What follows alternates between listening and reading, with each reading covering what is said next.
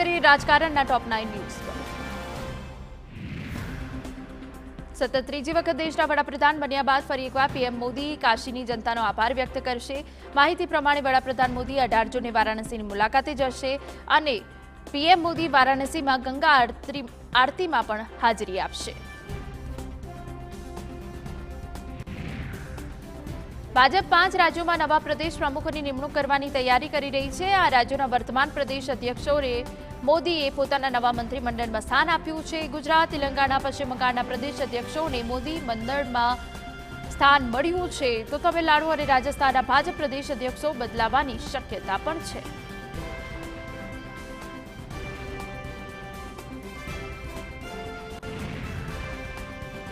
મોદી સરકારમાં વિભાગોની વહેંચણી બાદ તમામ મંત્રીઓએ પોતાનો કાર્યભાર સંભાળ્યો। અમિત શાહે ગૃહ મંત્રાલય પહોંચીને પોતાનો કાર્યભાર સંભાળ્યો। અધિકારીઓએ ગૃહ પ્રધાન અમિત શાહને પુષ્પ આપીને શુભેચ્છા આપી।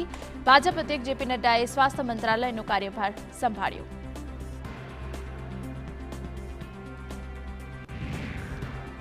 લોકસભા ચૂંટણી બાદ મહારાષ્ટ્રનું રાજકારણ ગરમાયું। કોંગ્રેસ નેતા વિજય વાડેટ્ટીવારે દાવો કર્યો કે એનડીએના 40 ધારાસભ્યો કોંગ્રેસ સંપર્કમાં। તેમણે કહ્યું કે સત્તારૂઢ મહાયુતિના 40 ધારાસભ્યો એક મહિનામાં મહાવિકાસ આઘાડીમાં જોડાઈ શકે છે।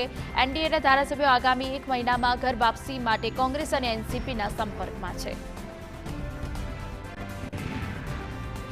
એનસીપી અધ્યક્ષ શરદ પવારે વડાપ્રધાન મોદી પર પ્રહાર કર્યા। કહ્યું, ભાજપ લોકસભા ચૂંટણીમાં બહુમતી ચૂકી ગયું છે।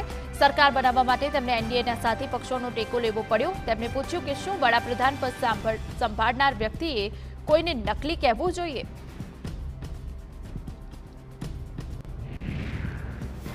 ચૂંટણીના પરિણામો બાદ નવી સરકારે કામગીરી સંભાળી લીધી, ત્યારે મહારાષ્ટ્રમાં ફરી એકવાર નવા જૂનીના એંધાણ છે। એનસીપી નેતા અજીત પવારે કાકા શરદ પવારના વખાણ કર્યા છે। કહ્યું, શરદ પવારને સોનિયા ગાંધીના વિદેશી મૂળના મુદ્દાથી અલગ થઈ નવા પક્ષની રચના કરી હતી, ત્યારથી તેઓ પક્ષનું નેતૃત્વ કરી રહ્યા છે। આવતીકાલે ટીડીપીના પ્રમુખ ચંદ્રબાબુ નાયડુ રાજ્યના મુખ્યપ્રધાન તરીકે શપથ ગ્રહણ કરશે। ચંદ્રબાબુ નાયડુને એનડીએના મુખ્યમંત્રી પદના ઉમેદવાર તરીકે ચૂંટવામાં આવ્યા છે। એનડીએ ધારાસભ્યોની બેઠક મળી હતી, જેમાં ચંદ્રબાબુ નાયડુને ધારાસભ્ય દળના નેતા તરીકે પસંદ કરાયા।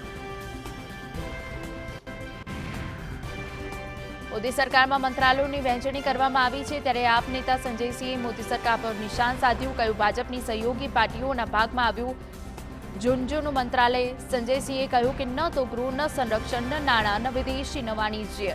એનડીએના ઘટકોના હિસ્સામાં માત્ર ઝુંઝુનું મંત્રાલય આવ્યું છે।